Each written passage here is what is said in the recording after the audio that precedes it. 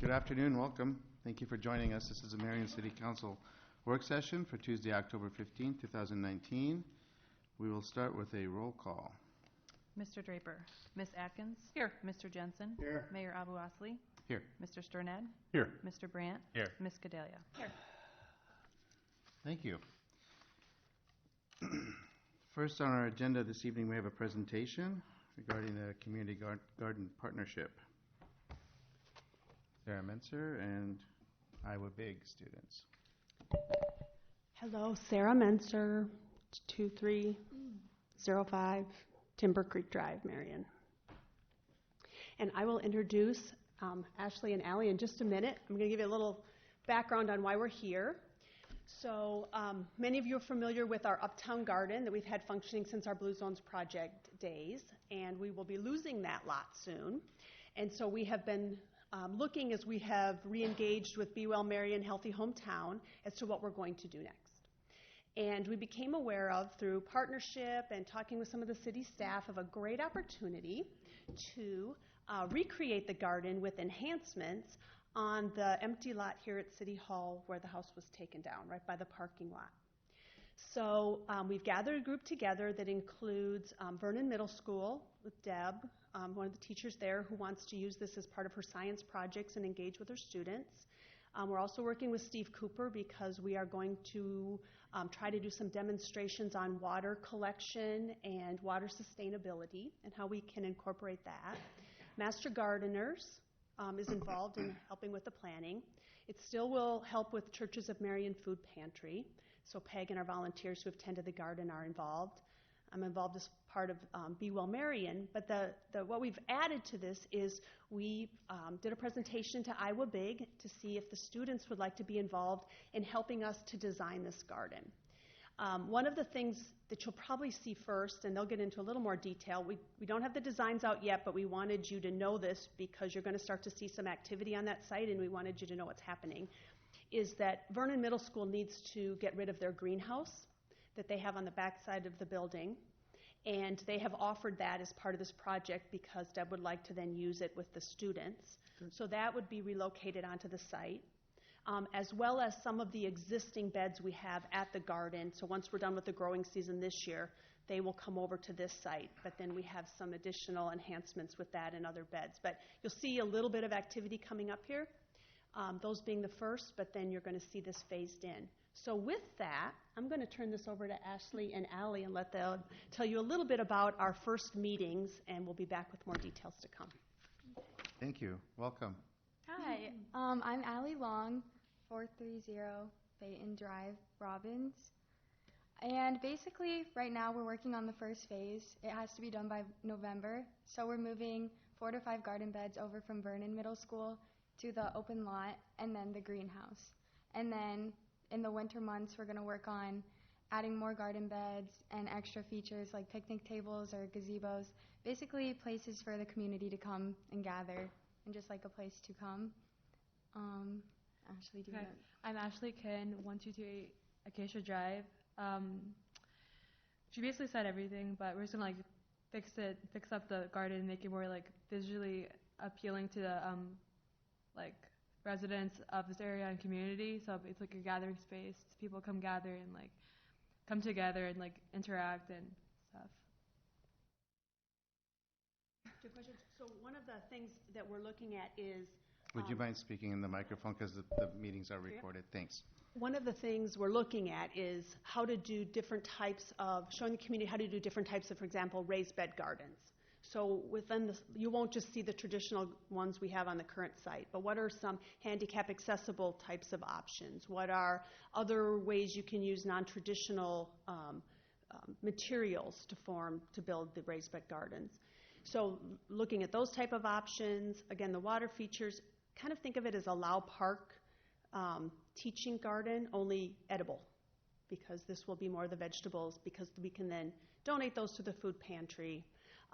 And we also want it to be a teaching garden because of the students with Vernon Middle School and how they can be involved, whether it's art projects and designing the signs, really looking at what story is being told at this location. They're going to take it into their science level, into the schools with composting and other types of growing that can then be done, transported into this garden if they can grow them in the school. So there's just a lot of cooperation and partnerships to be able to use this land. If it does ever have to be changed, what is on the site can then be moved, with the exception of if we have to do any type of walkways because of the handicap accessible, we'd have to tear those up and move them.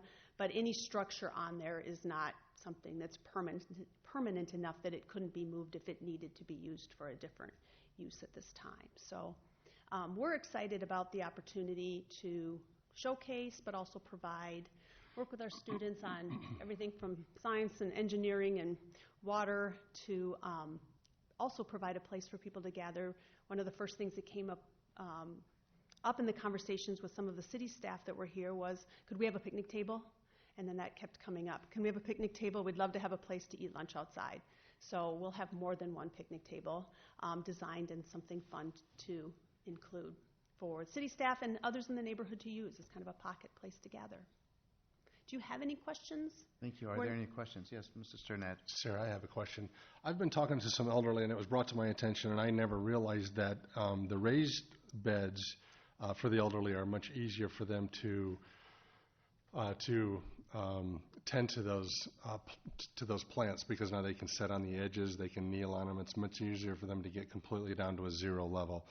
Is there a way, or would you be considering putting any kind of brochure or pamphlet together as to how they would actually construct one, and then the materials that would go on the inside that we could use, that maybe like on the Saturdays up at the library, or things that we could distribute to the community? I know there's been a need for that, and a lot of our long-term care facilities are building them in as part of their landscaping, which I think is great as well. So I've had some conversation with elderly, and I know that that's been a topic, so some type of brochure I think would be a great tool for us to pass out and get into the hands of those individuals. Maybe there's Cub Scout groups or what have you that would be willing to go out and facilitate with something very small and very elementary, but they're all looking for projects for merit badges and things of that nature. I know large raised beds would be out of the question, but something smaller scale would, I think, be huge for our community. But I'm just curious on that brochure, I guess. Absolutely. I mean, that's a great idea, and that's something we would love to be able to do. We want to be able to actually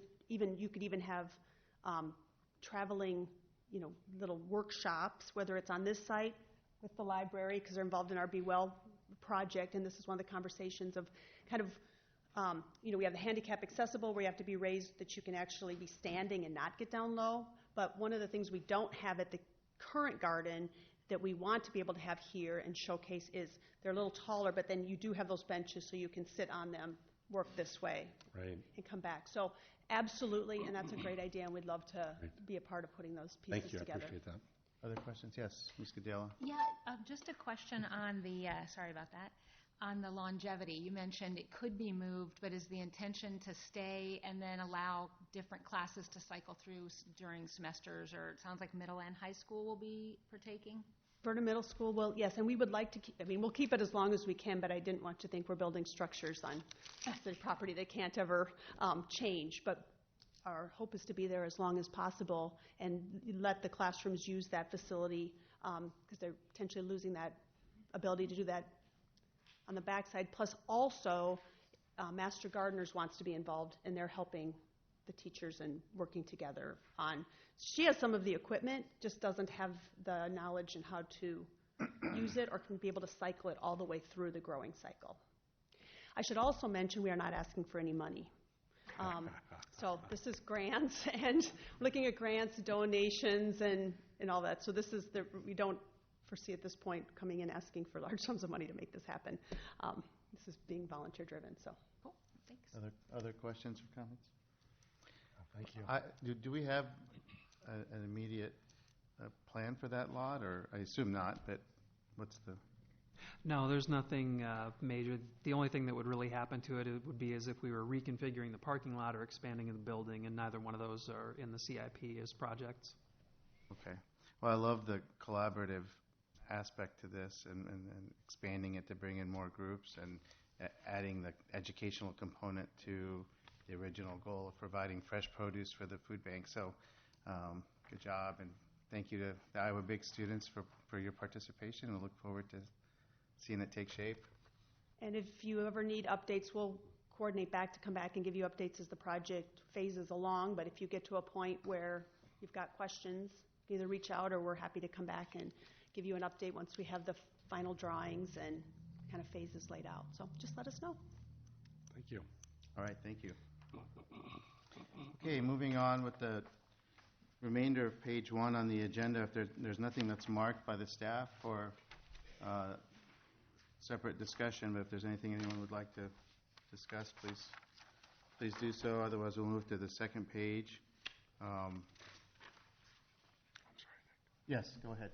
Just at the bottom of page 1, the departmental monthly reports, I just wanted to mention that I had spoken with City Manager Lon about this, but just for the record, that I had asked on some of these I'm speaking specifically about the receive and file, if there could just be a couple of things added to talk about the next step perhaps under action, because some of these it'll say something like, referred to legal, but it won't have a date. And so I just thought if anybody's looking at this report, it would show that it was touched on a certain date, and then there could be some kind of expectation that at least quarterly these things are reviewed if there's been no action since then, so that we could trigger action, because some of this stuff has been on here for a few years, and some of it deserves to be, because I know there's processes, et cetera, but I just wanted to make sure that just looking at the current receive and file status report, it looked like we could add some things that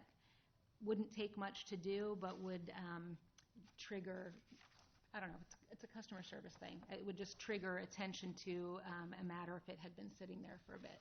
So,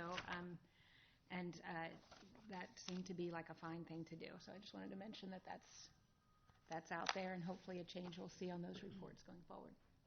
Thank you for bringing that out. Okay. We have a couple items marked under parks, unless there's something prior to that anyone wants to discuss. Okay? Okay. Mr. Carolyn? Yeah.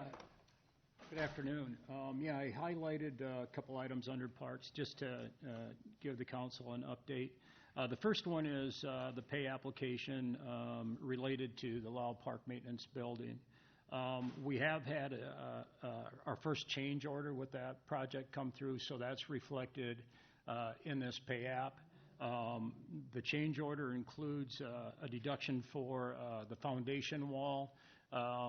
We were able to reduce that size based on the building package that we went with, so we have that deduct in there. Also a deduct for some Terracon costs associated with testing of concrete, and then also a deduct for some paving that was removed from the project. We had an increase for a door move, and then also we added a wrap that goes around some insulation at the bottom of the foundation. All said, it changes the overall contract. It actually reduces the overall contract by $1,973, so we actually are seeing a deduction in the overall contract for the building package. Just a quick update, we're at substantial completion with that building project. We punched list the building last Friday, just some minor punch list items, which is always good to see on a project. Public Service mobilized last week. They're doing the hard surfacing, the HMA for us on that project, so that's going right now. And then also we're providing a connector trail because of the changes to what was the service road, and we're paving that up, and that'll make a connection into that existing service road. So just wanted to give a quick update on that too, along with the update on the pavement. Any questions on that questions? It's not often we see the final costs actually go downward, so always good. That's good. Number two, just wanted to call out that this is the final payment associated with the contract with MSA that was our consultant on the Lowell Park Development Playground project. So this satisfies their contract agreement. I did want to note that because of the late completion date by the contractor, we could see some additional fees from MSA associated with work that took place after the 28th of June, which was the completion date, and then some non-compliant issues with the contractor, the general contractor.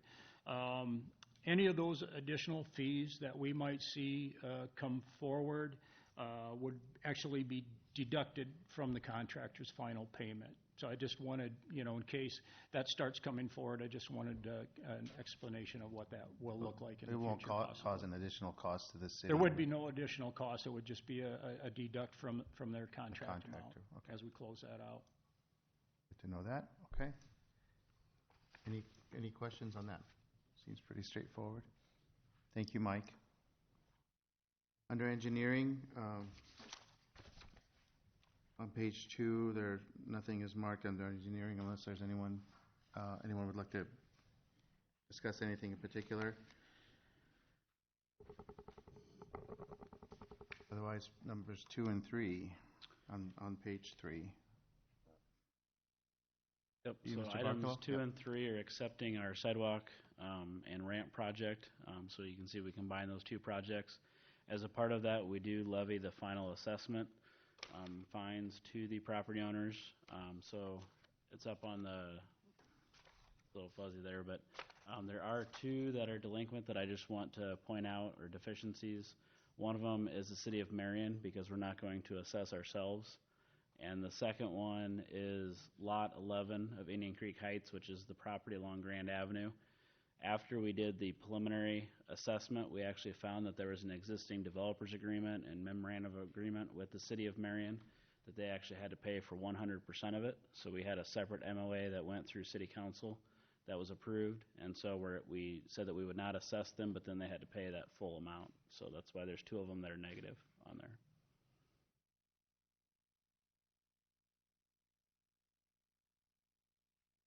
And then for this project, the final project will be 93.2% of the original contract, or 97.3% of the original contract with the change orders. So another project that's came in under. Okay. All right. Questions on that one?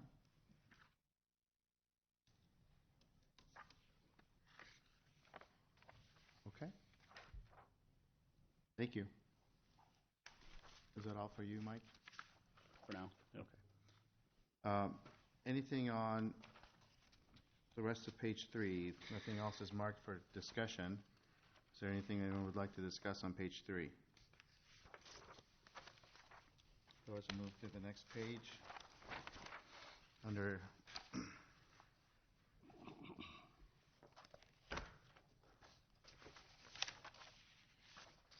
okay, so under engineering on the next page, item 2 is marked for discussion, and I will turn over the gavel to Mayor Pro Tem. So for this item, this is the payment to Abode Construction, who is the low bidder on this project, and then accepting of the demo. So this is the old Lacey property that we bought that's next to the EIC's lot. So they've taken down the buildings, they removed all the concrete, and so this will be part of that development project going forward. Any questions on that one for Mike? I know we've talked about that one in the past, but any new questions? No? Okay. Seeing none, I'll turn the meeting back over to the mayor. Thank you. Thank you. On to the regular agenda. Under Administrative Services, there are 2 items marked. Welcome. Good evening.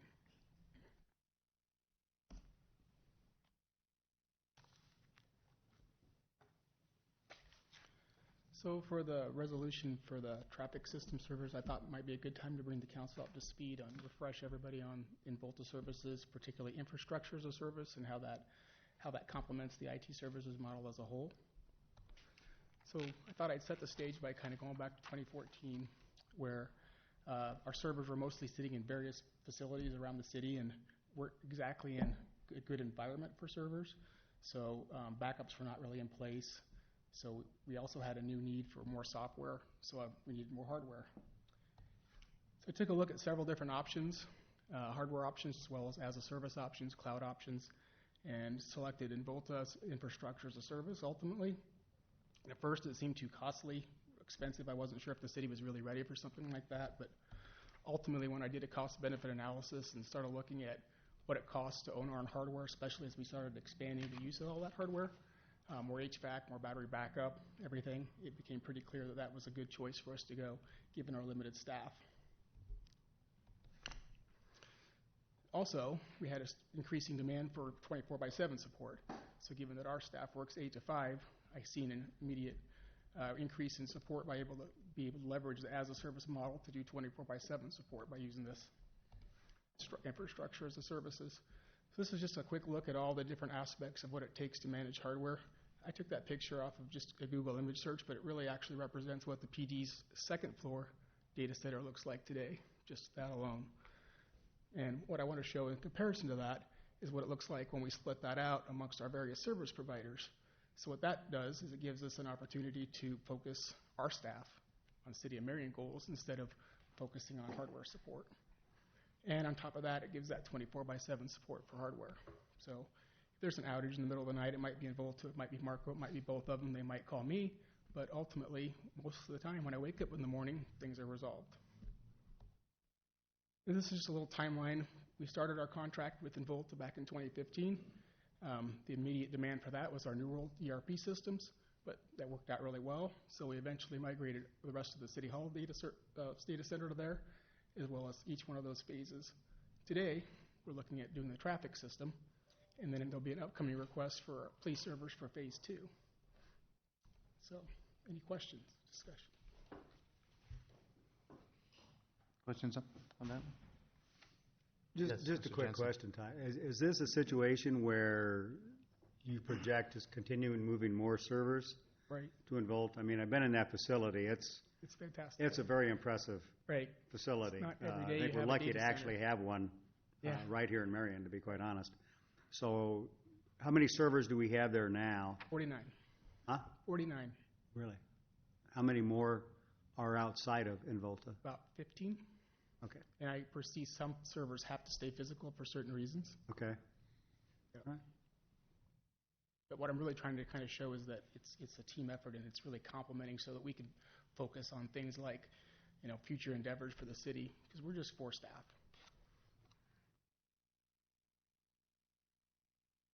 Okay. Yes. As we kind of move forward, I've kind of been noticing on the administration sheets here, this clearly states that it's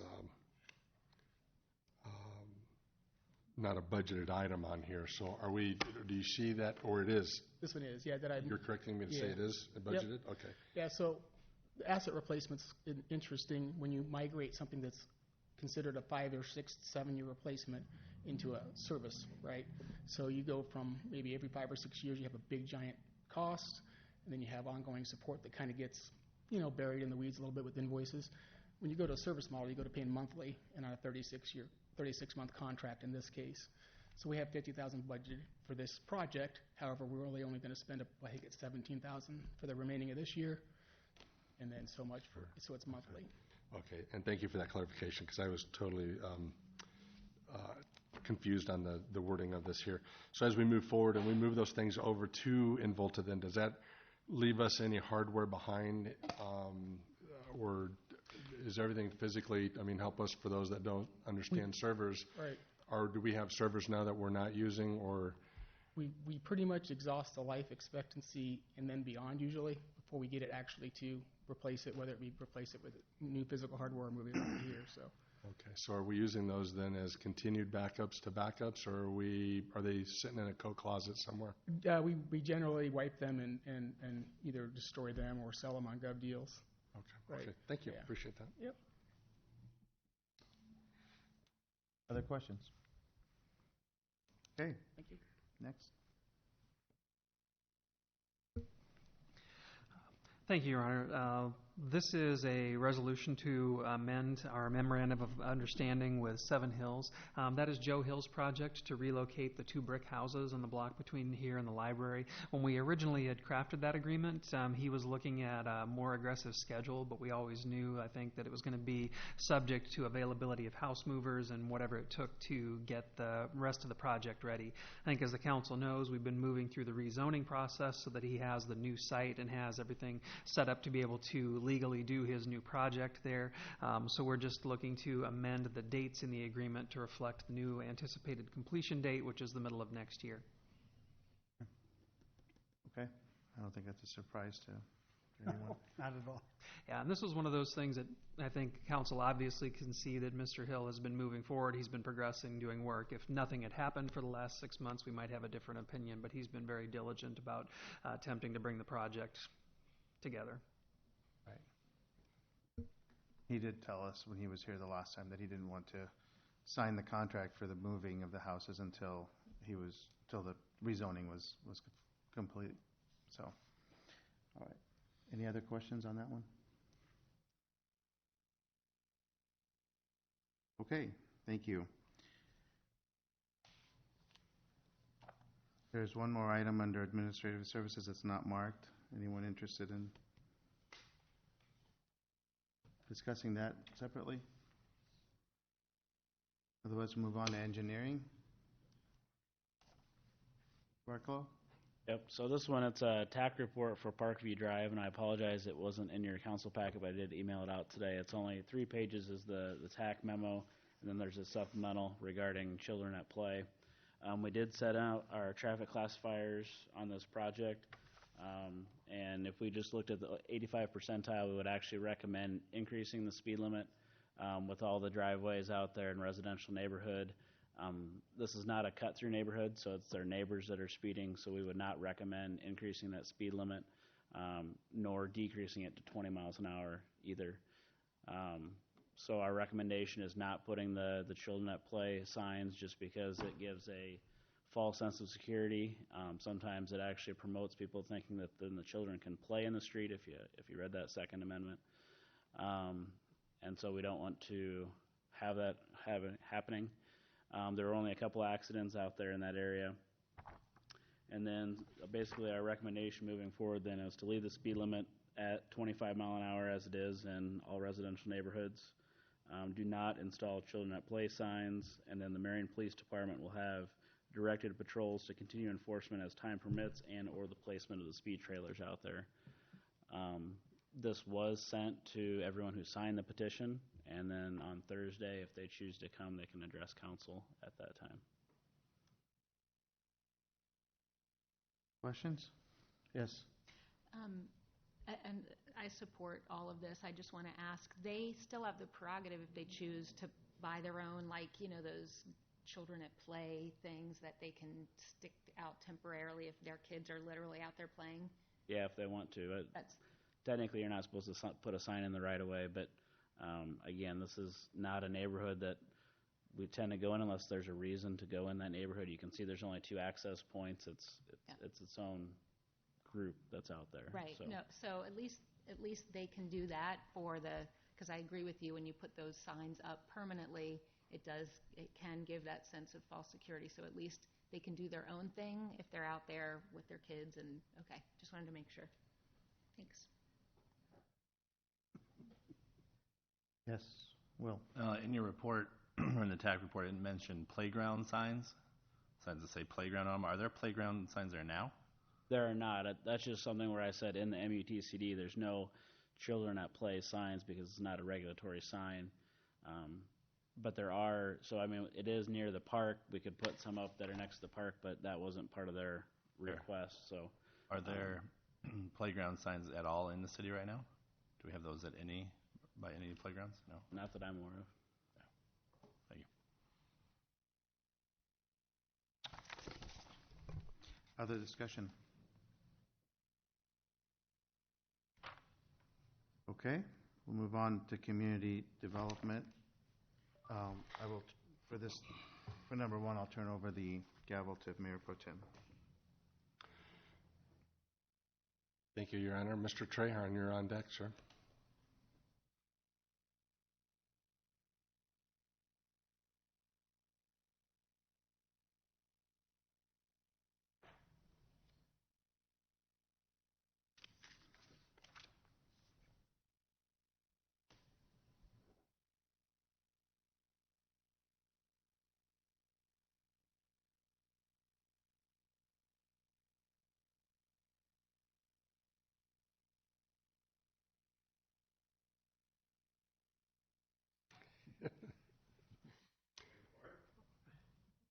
Would you like a short recess?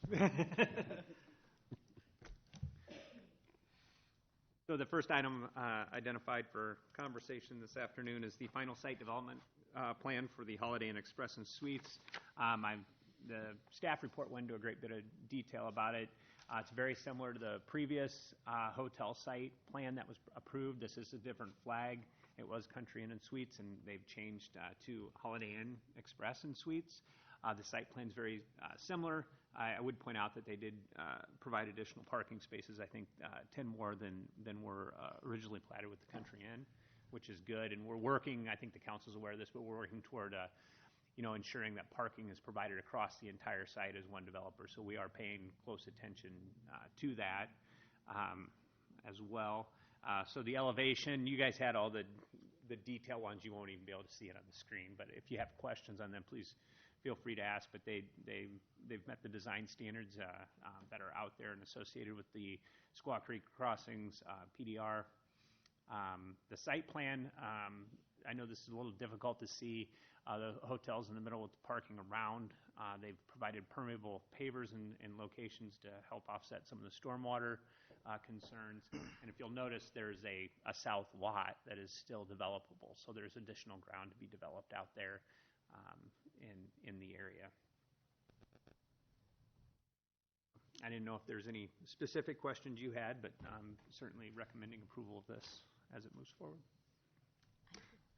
Mr. Goodell, please go ahead.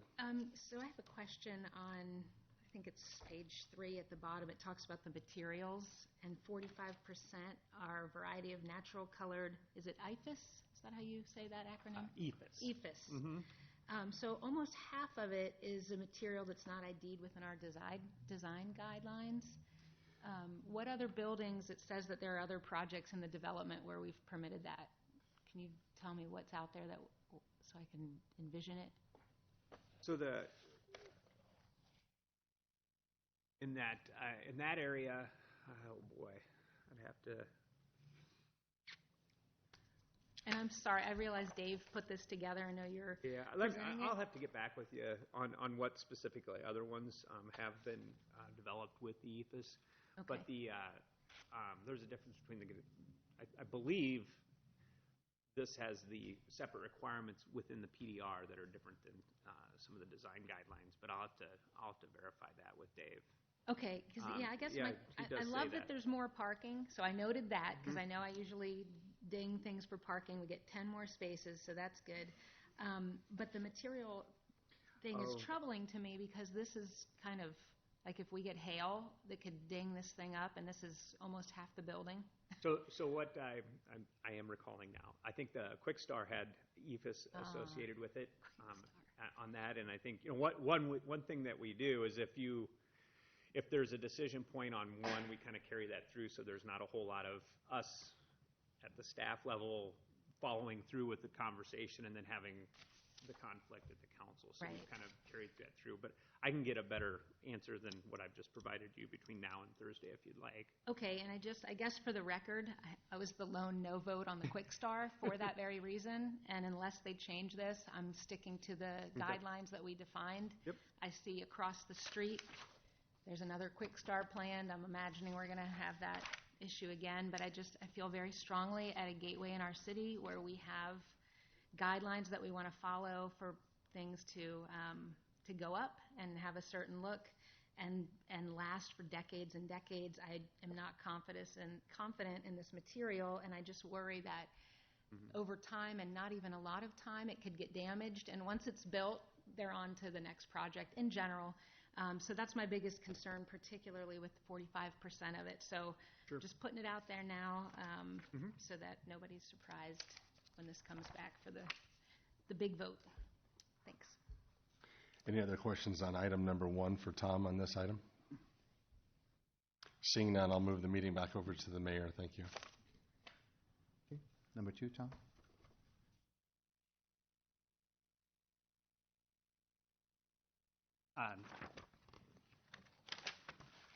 Number 2, I believe, is the substation conversation.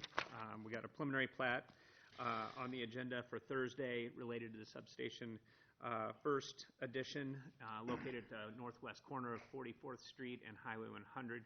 The area is highlighted in red. It's the previous Hennessy property. It's a large tract. It's got a lot of elevation issues, so development of that's a difficult site to begin with. It kind of the wooded area is really the top of the hill, which is a big hill. So this is kind of the high point, and it just kind of falls down towards the road, and then ultimately it actually sits lower than 151. So at this point, it's a preliminary 100. plat that's before the council.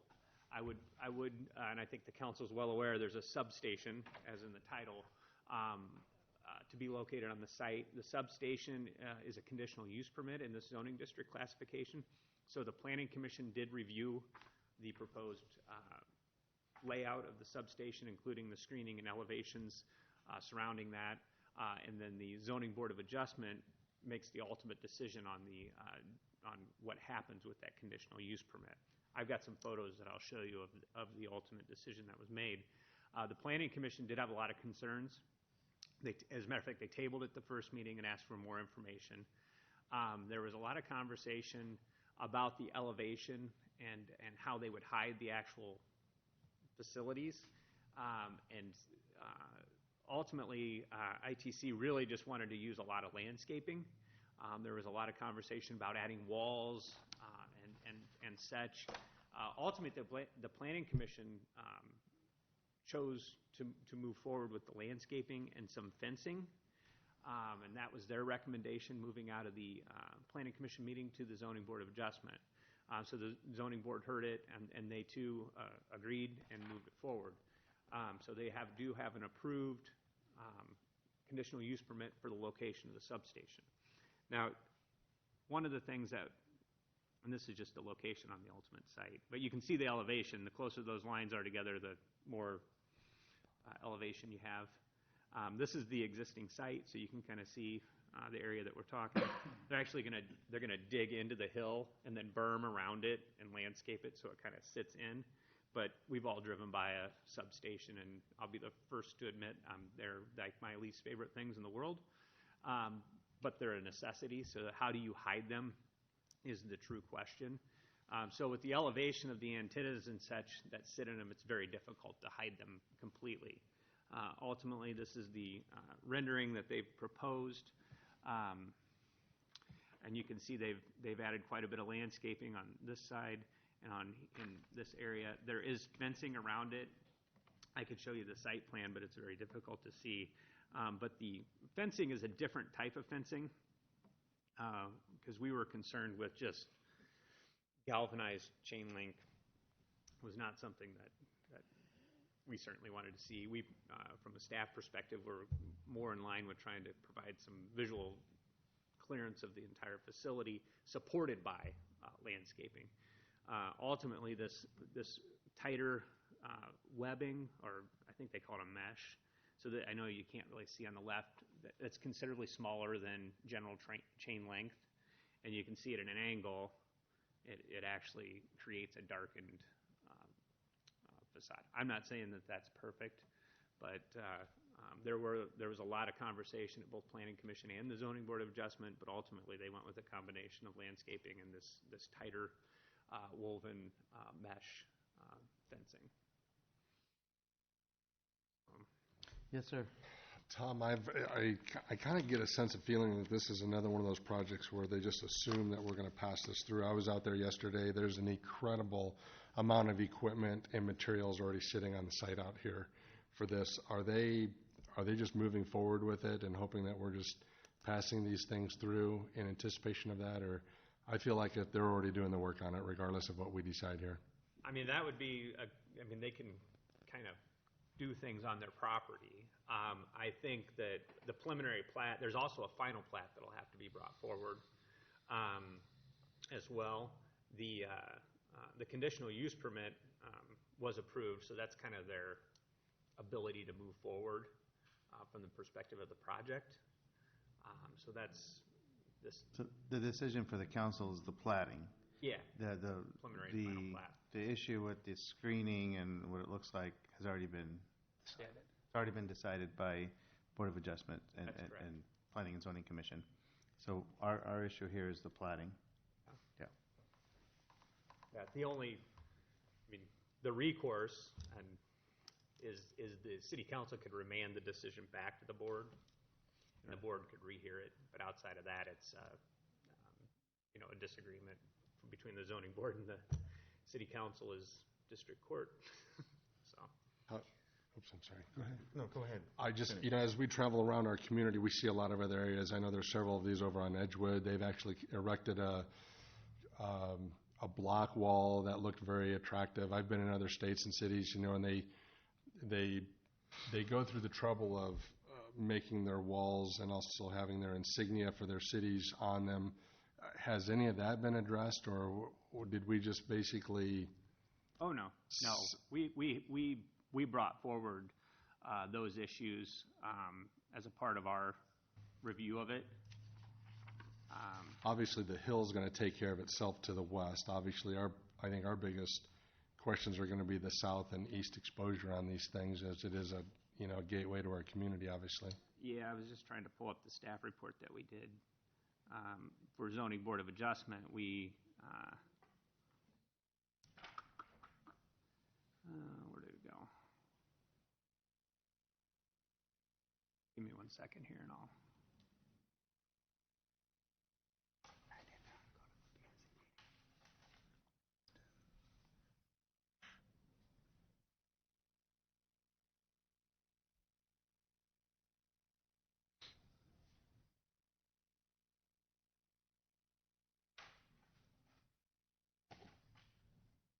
So we were showing,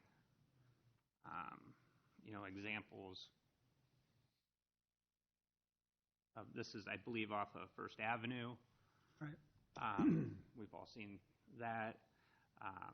How they screen. That's Edgewood. There's one on Mount Vernon. Mount Vernon Road's probably the newest and probably very, very well done, I would say. This is just an older one. I think this is out off of Robbins Road. So we were trying to move that forward and just highlight what's been done in other areas.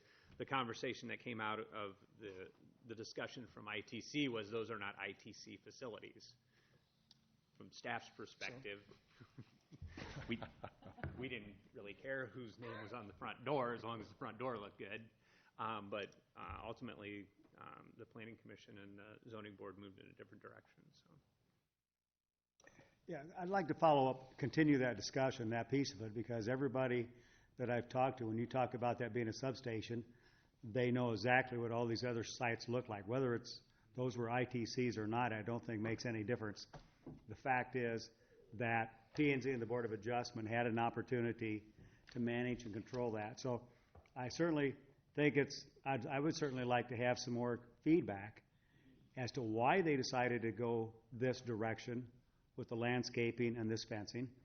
And the other question I would have, they're going to put in little itty-bitty bushes that'll get bigger in about 10 years. Are they going to bring in mature landscaping, which will hide quite a bit of it right from the get-go? So to me, I'm a little concerned as to the process on how we got to this point and why it's deviating from what probably most people in Marion would have expected. Yeah. Well, I can follow up to answer some of those questions, and I maybe give them a little bit more information on Thursday's meeting if that's desirable. But I believe it was tabled before P&Z, and it may have even been tabled at ZBA 1 month. I'll have to check and verify that. But there was a lot of conversation both between staff and ITC, and then the boards and commissions and ITC. So it wasn't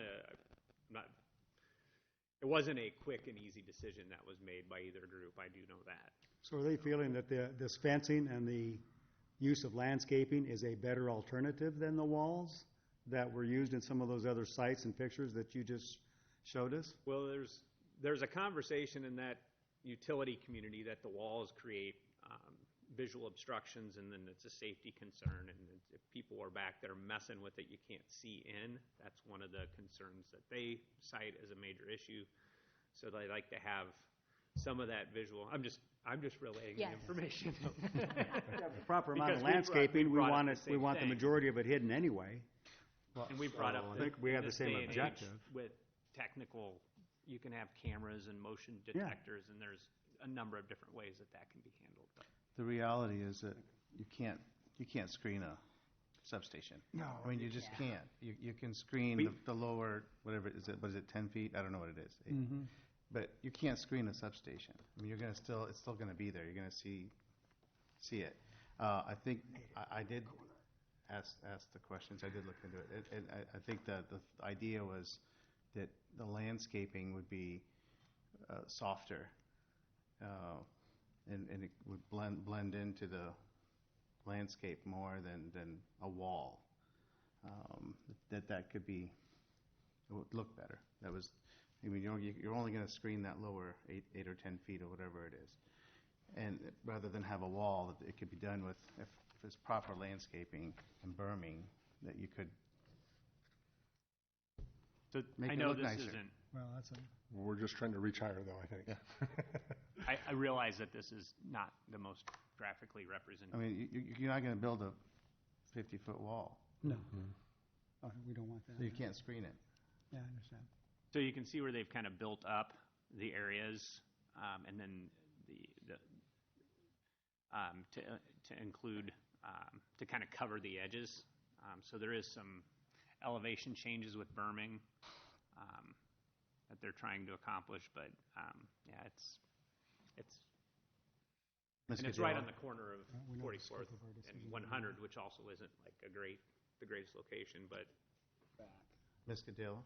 Yes. Yeah, so to what you were just saying, Tom, its location, what's the land east of that and then across the street on 100? Who owns that land and how's it zoned? We own the property east of there. And how's that zoned? I'm just wondering, this is the first thing going in that general area, so it's going to drive future. It's currently it's gonna zoned hurt. in A1. So it's still. It would be difficult to develop that site from the city. It used to be the old It's the old landfill. sewer plant, landfill area. I used to ride out there and get bike parts when I was a kid. There'd be a lot of difficult to sell that. Yeah, okay. I didn't realize it had that history, but Yeah, that's but a shame. nonetheless, it's still on the corner of it's very 44th and visible. 100. Yeah, it is. I mean, I don't think. I think that from staff's perspective, we had a lot of concern with it. We raised a lot of issues, as you can see in our staff report. We took a lot of photos.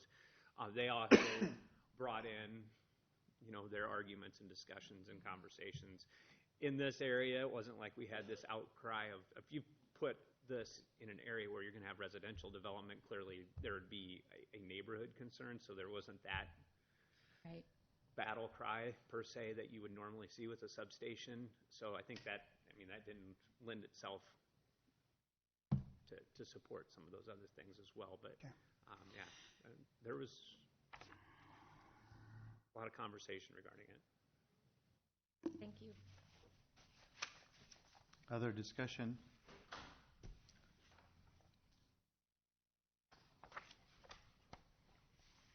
Okay, number 3.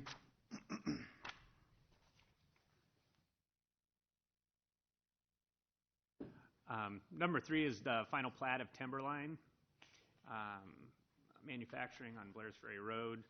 I do just want to point out one small piece to this. So Timberline, north side of Blairs Ferry, just before Marion Boulevard. The final plat.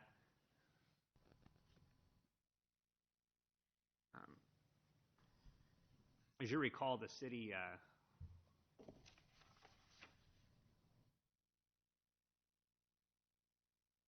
had a piece of property that we acquired for Blairs Ferry Road construction down here in the corner, and you can see that there's been a closing on that property. We sold that to Timberline, and with the approval of the final plat, we'll get the last piece of right-of-way.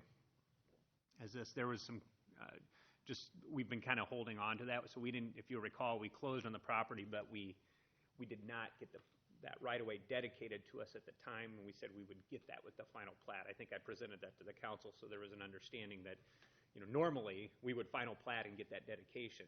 By doing it this way, we avoid some survey cost and legal work and different things. So the dedication is handled with the final plat, and once it's recorded, it all takes care of itself. But I just wanted to, if anybody remembered that we're following through and ensuring that we get the appropriate dedication with that final plat. Okay. It'd be good to get that finalized. Questions or discussion on that item?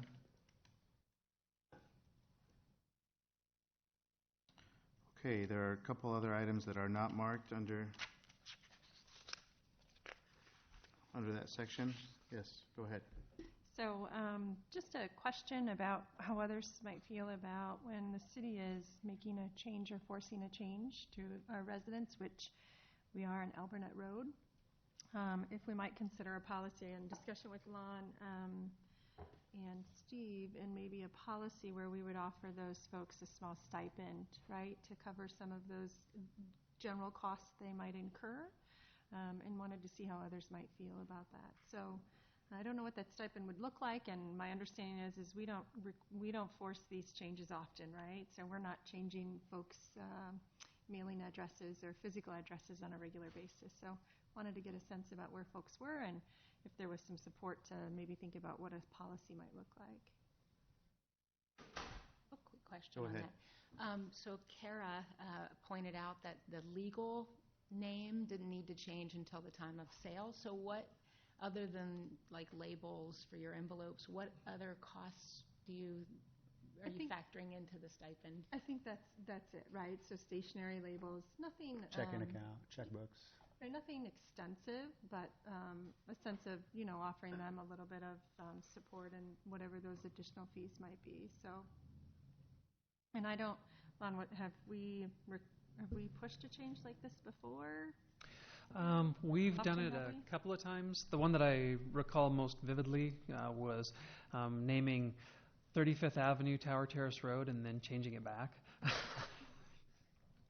For other reasons. But it is not something that we've done extensively in the past. Usually if it happens, it's going to be because another road has been extended up to it. I believe Mike Barkalow, correct me if I'm wrong, we did rename part of 35th to Lucor for a little bit when we were cleaning that area up. To create the transition from one to the other. But it's not something that we do commonly do. It's just the council has had a long-standing policy of not offering compensation for it. The one that I highlighted on Tower Terrace we did because there was a business out there and they had to change the graphics on their job trailer, and you had stationery and website expenses and all of that had to reflect the change one way and then the change back. But that is entirely up to council. It's a policy level consideration. I mean, if we talked about a dollar amount, we were knocking around a number of like $50 to $100. I mean, nothing big, nothing major, but it's a unilateral decision. It seemed to kind of soften the position of what's happening to the people having to change addresses. Ready? I reached out today, Mr. and Mrs. Klosterman. I was hoping they were going to be here this evening. They had reached out to certain council members, and I replied with a lengthy reply today. I also placed a phone call into the local postmaster in reference to this too. And in this particular case here, correct me if I'm wrong on this, but there were to be no house number changes, merely just the house road. So the postmaster assured me that their policy is that they would not be returning any mail back to third or second mailers, which in the legal industry, typically if that mailing address has been altered or changed, that mail goes back to the sender. Their concerns and comments were things like long-term care insurance policies, homeowners insurance policies, things of that nature. In our industry, that's purely just an update it doesn't change the language of their policy, and the updates would be carried forward. I also made comment in response back to, there was questions, and rightfully so, they had some questions as to what about this, what about that. I pointed those out as well, too, back to Mr. and Mrs. Klosterman as well, too. I think it's unclear that they clearly have concerns. I also pointed out we already have that Alburnett Road is already named. That's already a done deal. So at this point, we do have two Alburnett roads, and again, just trying to line up and straighten out our streets and so forth. I'm sorry I'm digressing off of your original question, but I wanted people to know that there has been communication dialogue going back and forth to Mr. and Mrs. Klosterman, which is one of 7 residents that are actually on that on that street. So I'm a little concerned about when we start throwing out stipends. When do we do it? When don't we do it? Yes, I understand there's trusts that are involved with this. A lot of times the address really isn't a pertinent detail. It's merely a location, and as I pointed out too, if there were to have been a location change, some type of relocation or habitat change, that these would be all natural causes that would warrant updates to those items as well too. So I guess I'm a little concerned. I guess if we're looking for other council members' responses, I'm a little concerned to just start a new program. I realize it's not a lot, but that's not going to be enough to take care of all their issues either. I've got to update labels as well too. I know it's a frustration. It is 7 residences, but by the same token too, as I pointed out on my letter, these are items that we need to get out in front of and get these fixed and straightened and corrected, because as the city continues to grow, we cannot keep adding addresses. Being involved in our fire department, right now when you say Alburnett Road, we got to double check ourselves. Which Alburnett Road are we talking about? So we got to move forward with this. It's the right thing to do, and it fixes and cleans things up. It's it's not correct right now. It needs to be corrected. So That decision's already been made. I mean, it's been corrected, right? It is corrected, but it will We're become. just talking about whether or not. Well, this will be a resolution for Thursday's agenda, so this is something, and I suspect that we're going to have some people coming back. But again, I digressed off of the question, but it is relative because that item is going to be a resolution to finalize that process on Thursday. So we had a public hearing last week. Go ahead. I'll weigh in. I think it's a great gesture. I think me as not a council person, I'm all for it. As a council person, I'm not. I'm worried about the precedent. This is a very small case, so it wouldn't be a lot of money. But I've sat here and publicly said that I think we should go ahead and rename 7th all the way through town. So we have Marion Boulevard and 7th and 1st and blah, blah, blah. And I'm worried about what could come of the precedent setting here.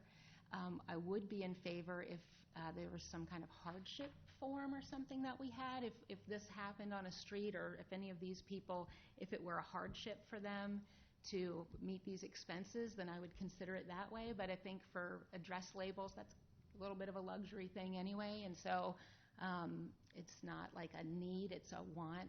So I would not be in favor of that. Anyone else?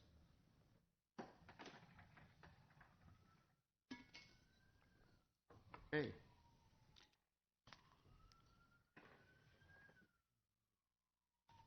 Under administration, there are 2 items. Yep, thank you, Your Honor. The first one is, under the other department discussion, is a discussion regarding the ethics policy. This was brought up by Councilwoman Gadela with support from other council. Whoever seconded it is escaping my mind, Mr. Jensen. So we included a copy of the city's current ethics policy in the council packet for your review. It was adopted in November of 2012 and has not been altered since. So I wanted to see if there was anything that council wanted to see in it. I did ask Kara to look because there had been conversations about what tools council could use for enforcement of it, but wanted to see where your discussion would go. Yes, ma'am. Yep. Go ahead. So just a brief history. I think the 3 reasons that we're talking about this tonight is it was brought up in August. We were reviewing the boards and commissions ethics policy and standards and protocols, and we spoke up here about making sure we were at least meeting those, and maybe was there anything more that we should do as the highest deliberating body in the city. We should definitely have these set standards. And then I think I mentioned at the last meeting, the desire that we have expressed to sit in on cabinet and executive level meetings and maintain a certain professionalism and confidentiality, et cetera, and I'm going to circle back to that in a minute. And then the third reason was because at the recent candidates forum, a couple of candidates mentioned not signing the ethics policy, and that gave me great pause knowing some of the information that we come into contact with and discuss that needs to remain confidential because of liability issues. And, we're acting as advocates for the city, not on our own personal responsibility, and so we need to make sure we have the highest ethical standards. So that's, I think, why it's culminated here. I think the goal that we all have is to just ensure we're all on the same page. We can have this discussion. It's important, as I mentioned, for confidentiality, professionalism, trust, and, back to the point about the attending the meetings, the other thing we talked about, and the city manager, Lon, pointed out, is the only people to whom we are accountable are the citizens, right? And so they could recall us if they wanted, and then to each other. No one else has any authority over us, so it's very important that we vigorously participate in an ethical manner. And so to those cabinet and executive meetings, we talked about not participating in those, just observing. And I just want to say, while I'm mentioning that, the goal of attending those meetings is to evaluate Lon's leadership, because we evaluate him quarterly, and the instrument that we use has at least a dozen different things that we need to grade him on or score him on based on his leadership abilities, and holding people accountable, encouraging collaboration and discussion and listening and deadlines, et cetera. And we don't really get that in this forum. It is not to sit in and listen to the content of the meetings, although obviously we would hear content. But I just want to say that I think this ethics policy and signing this also speaks to the fact that if we have questions, we go to Lon as our only employee, and we talk with him about those. And so, all this has kind of culminated and brought it up here to this point. And so I just want to, as I mentioned at the last meeting, I think it does talk about censure as a possible form of punishment for anyone who breaks this. But I didn't know if we could also add in a clause about attending the executive or the closed session meetings, that if you don't sign the ethics policy that you can't, because they're closed session because of the confidential nature. So I would ask legal if that's something we can add in here. I don't know if you've had a chance to review what's already in there. Yes, that is actually not something that you can request. You can't exclude a member of the governing body from a closed session unless they have a direct conflict of interest. That being said, outside of censure, the Iowa Code does provide for removal of council members through district court if they act willfully, if they act badly or against the city's best interest, which I do believe that when we are in a closed session and we're discussing things that are confidential, there's a reason for that. And it is generally to either protect an individual who works for the city when we're doing like employee evaluations. So there's also other confidentiality towards and things like that, that if someone is in that closed session, they could potentially be liable if they go out and disclose information from there. It would also not be in the city's best interest if we're talking about something that is being discussed back there because we're trying to negotiate a settlement or negotiate a real estate contract or talk about a patent. It could potentially truly harm the city if someone discloses that. So I think that if you disclose something from a closed session, that would not only put you at a personal risk for civil liability, but it would also put you in a pretty good position to be removed from office by a district court order. You can also move district court to remove a council member if they are inactive, like if somebody refused to vote and not for, like repeatedly refused to vote or repeatedly refused to participate in what is generally a council activity, they could also be removed from council. But as far as excluding someone from a closed session, the statute is explicitly clear that that is not an option. Okay, and thank you for that. And I also want to say, I really enjoy working with everyone here. This is not because something has happened that's caused this. When I moved from New Jersey, I was involved in the city there as well, and the school board and the city were involved in a lawsuit against each other, which is a colossal waste of taxpayer money. And we also on the school board had to censure another school board member for reasons for giving confidential information about, it doesn't even matter, but I've been through it. It's painful. I just want to make sure that this has as much teeth as it can have, and so that's all I have to say. I've talked enough. Thank you. Yeah. Well, again, I was the person who seconded that. Again, I've had discussions about this with the mayor and with the city manager in the past prior to August. In fact, as far as concerns about some of the past conduct of some city council people who have not done their duty in the correct manner as far as closed session meetings, that some of that has been made known in public. So the fact that our city attorney has given us a little more teeth there that is not defined in our ethics, some of that, I would love to see the wording of that added to that, because when I talk about censorship, I would want to put any teeth in there that we can, making sure that that is very clear. If somebody is unwilling to sign that, that concerns me personally, because this is a document that is way beyond whatever the laws that are out there. This is a manner and somebody and what they're going to say and how they're going to conduct themselves in a personal manner and how they're going to conduct themselves as a city council person. So to me, it says a lot more, beyond whatever laws are out there at a federal, state, or city level. So this is really something that, to me, is beyond that and is extremely important. So whatever, if you want to use the word teeth, can be put into that. Again, I've been on record more than once already to support that and would continue to do that. I did take a look at some of the ethics policies or expectations, council handbooks, things like that from some of the other cities around the state of Iowa, and there are several that have it spelled out that they kind of give a rubric for things that will lead to a district court action that I think would be helpful to include, like if you engage in this particular conduct, that will lead to a district court action seeking your removal. I also, honestly, I think that in addition to this policy, I have not had an opportunity to do so yet, but I've brought up with city staff that I think it would potentially be very helpful for the public if we provided them with some information about why we have closed sessions.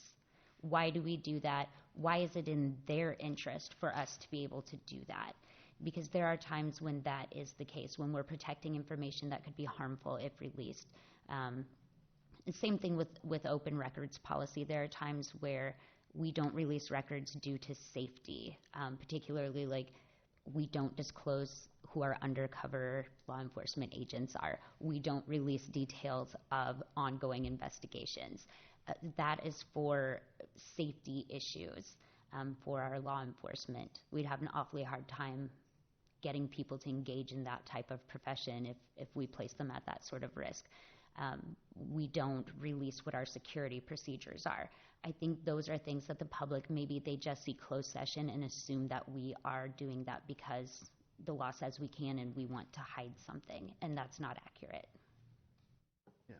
So one more question I would have. If there was somebody on the city council that did not sign the ethics policy, what is the recourse? Would they be held to those standards regardless whether they signed it?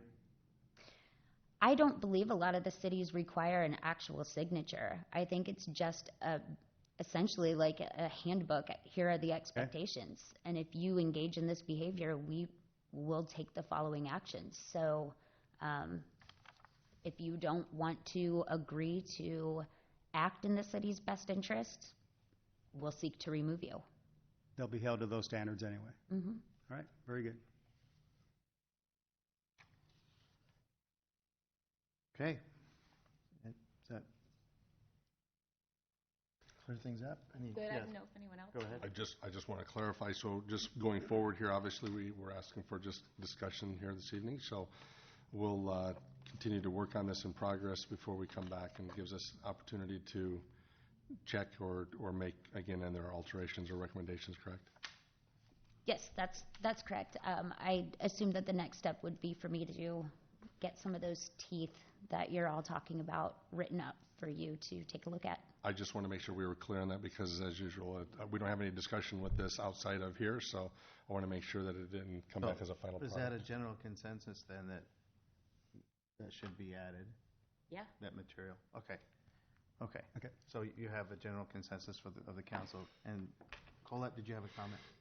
No? Okay. Great, thank you. Number 2. All right, this is an overview of what the FY21 budget process will look like. I had asked Zach to come in and give council a briefing on this, not only just to talk about the overall schedule, but because with the legislation that was passed this year, there's actually a new piece that has been added to the puzzle, and this will be the first year we have to follow through that process. So wanted to give you a chance to see what does that look like and what does it do to our calendar.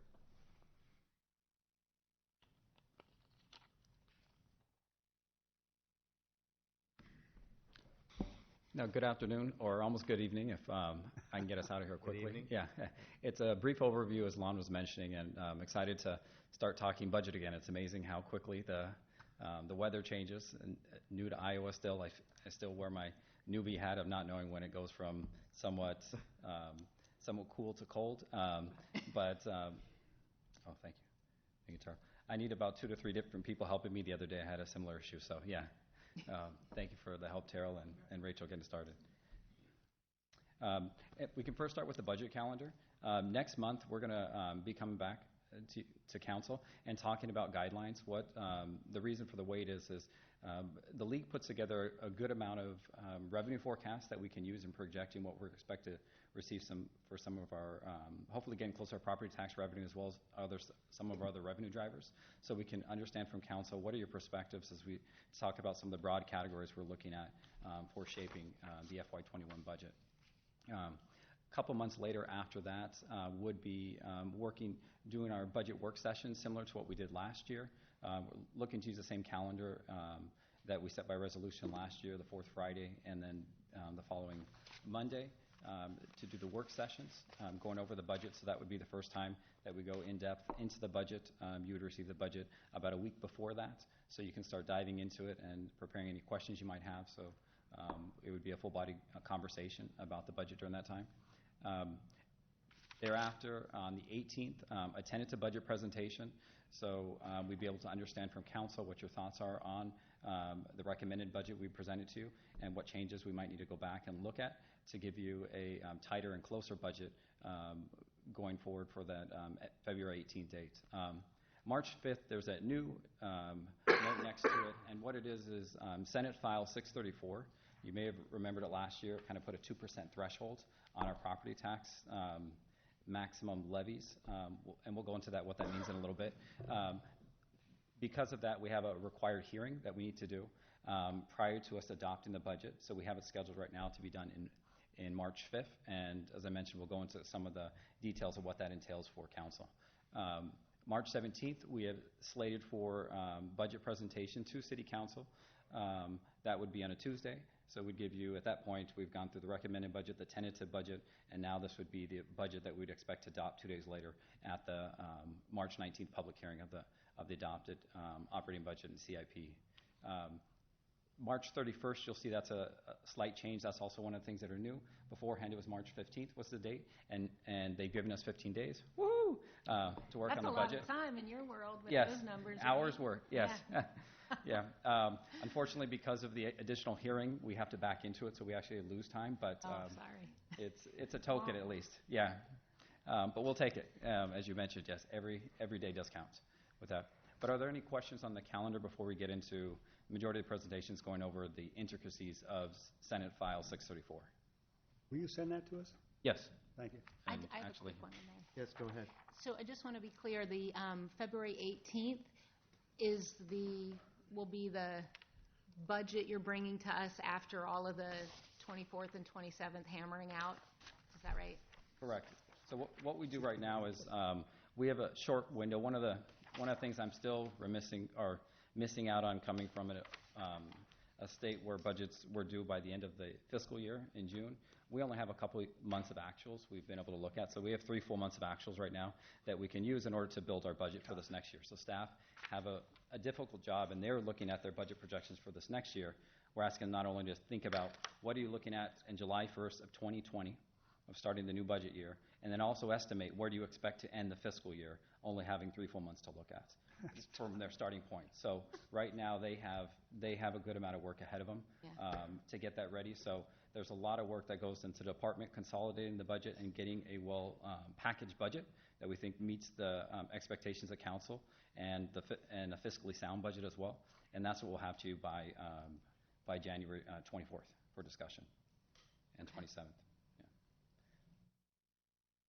But there's no commitment by the state on when they're going to have their discussion about the rollback, Yeah, right. right?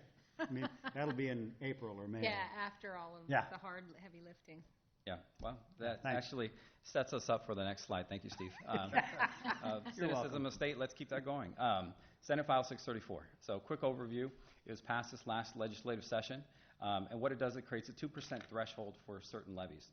What I mean by threshold is it's not a limit. So we can exceed those 2% thresholds, and they're only applied to certain levies. But it's the majority of our levies. It represents about $19 million of our whole $24 million levy. So really outside of our debt service levy, the other levies are pretty minuscule of which are not part of that levy system. So it creates this new threshold, and it's getting into the area. It's kind of a truth in taxation policy. So what it does is it doesn't limit, per se, how much we can go up, but it creates this new language saying this is the maximum property tax levy. So it creates pressure on city council to say, are you going to exceed the maximum? And we'll get into some of the details of that. All cities are required to pass a resolution for establishing a maximum property tax certified levy. So there's three primary steps for that. Step 1, you have to post a notification, similar to what we do for public hearings. So let the public know that you're going to be reviewing this maximum levy. Stay with me, Mayor. No, I'm kidding. Also, hold a public hearing, and that's hold a public hearing on what that valuation is going to be, and allows the public opportunities to submit written comments as well to come in, similar to any other public hearing, and state the reasons why they're for or against this. And lastly, vote and pass. We do have to vote whether we're going to exceed it or not exceed it. If we do vote to exceed the 2/3, or if we do determine, or if you decide to vote and exceed that 2% maximum, it requires a 2/3 votes of council. So what that means, if we have all 7 and 2 of them vote against it, it does not pass. And we'll get into a little bit later what that would mean, estimating out for our property tax levy this last year to understand the context of that. But you do have to vote, meaning you have to either vote to pass or not to pass, and then we move forward in the budget. Just as a recap, this would be done in March 5th, so we feel confident we would have a understood budget by that point. We don't have to do it early enough where we get worried, because it also establishes too the maximum for the property tax levy that we can use. So at that point in time, if council decided that they were not comfortable with that property tax levy, we can only decrease it. We could not increase it. So those are some of the new requirements that we do have with this. And then all existing budget adoption processes are still in place. On the posting requirements, still traditional newspaper posting, but one of the additional pieces it does is any of our social media sites we're required to put it on there as well. So.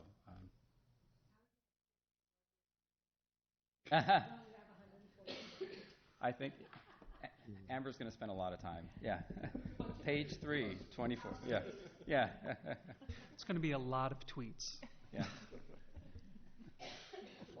I won't say anything there. Yeah, I know. I had a joke there about our federal side, but I'm not going to. Yeah. I'll avoid that. Yeah.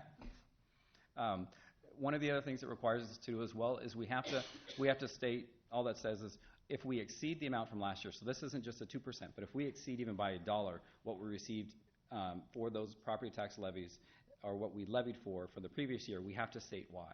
It doesn't let us know how to do that. That's really at our discretion to do so.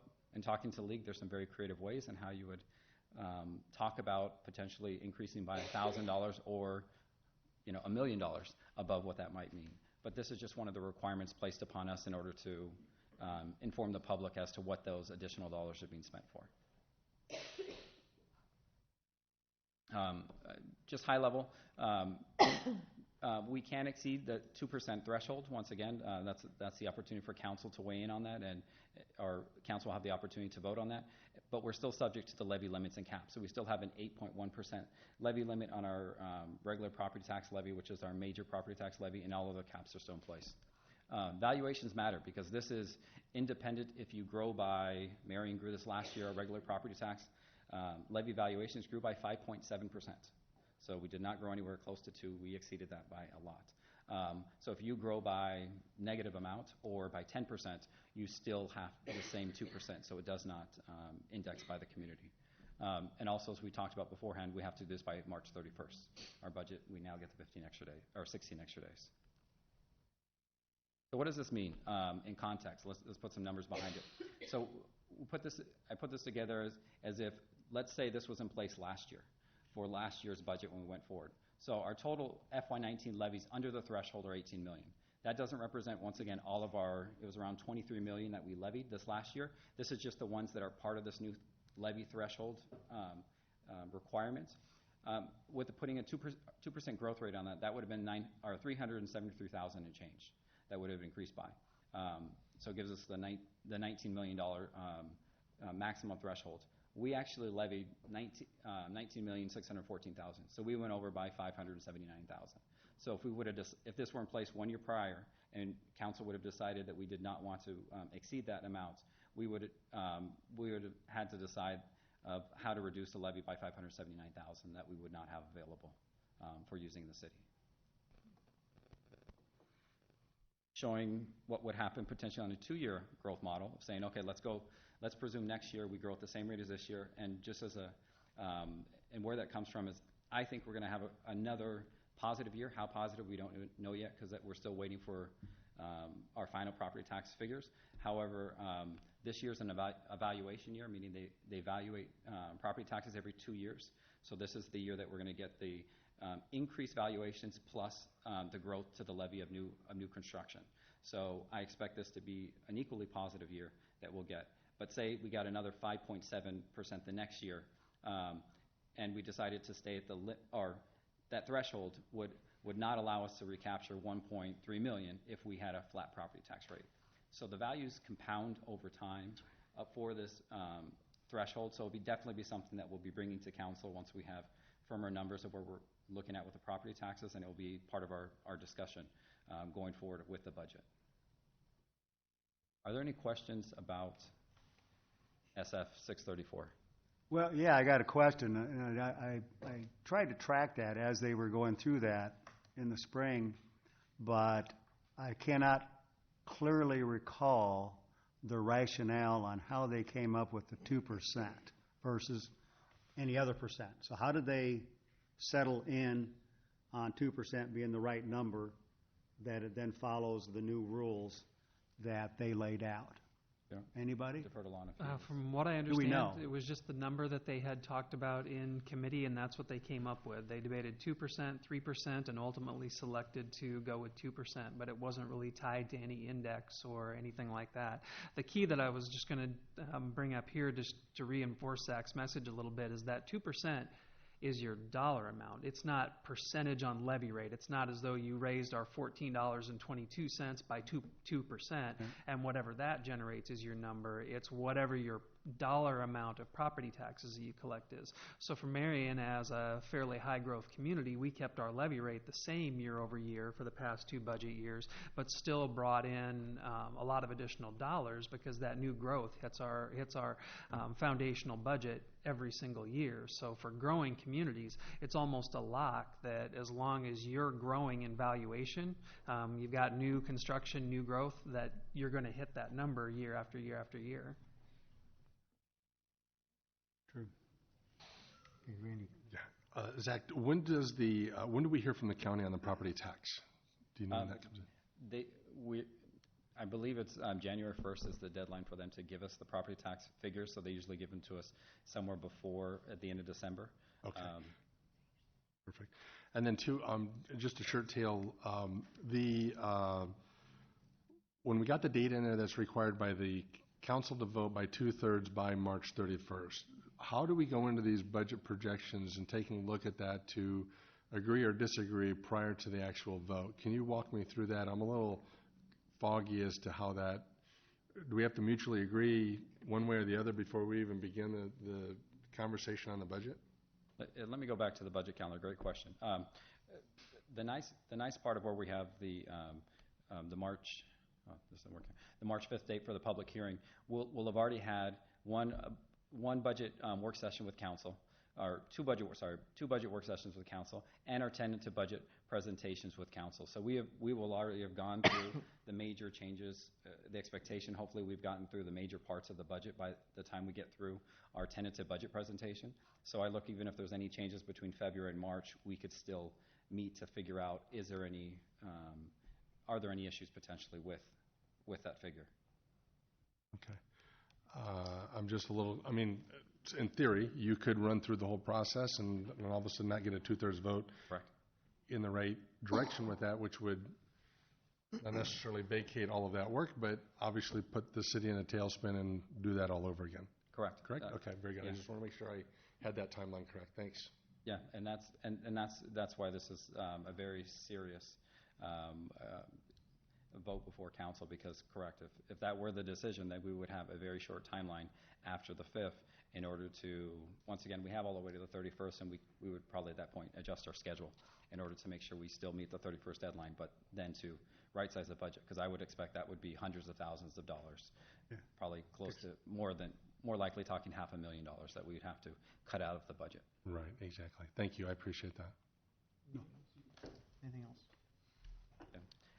And then the last piece is just mentioning, last piece in here, is just on the strategic plan piece, just reminding council that we're going to be meeting the 14th and 15th. The mayor saying, why does he have a bunny rabbit eating a carrot? As Lon likes to say, we're going to nibble around the edges with the strategic plan in the FY21 budget. So I just wanted to set the expectations accordingly that we're not expecting to get most of what comes out of the strategic plan sessions into the budget, just with the compressed timeline, as you were mentioning previously. We'll see what we can potentially align, but that will mostly come in FY22, we'd expect. Okay. Thank you. Other questions for Zach? Thank you very much. You. Okay. We have a closed session on the agenda, so. Yep. Mayor, I'd like to make a motion to adjourn the closed session as permitted under Section 21.5, subsection 1B, regarding letters patent. Second. It's been moved and seconded to adjourn the closed session as permitted under Section 21.51B regarding letters patent. May we have the opinion of council, please?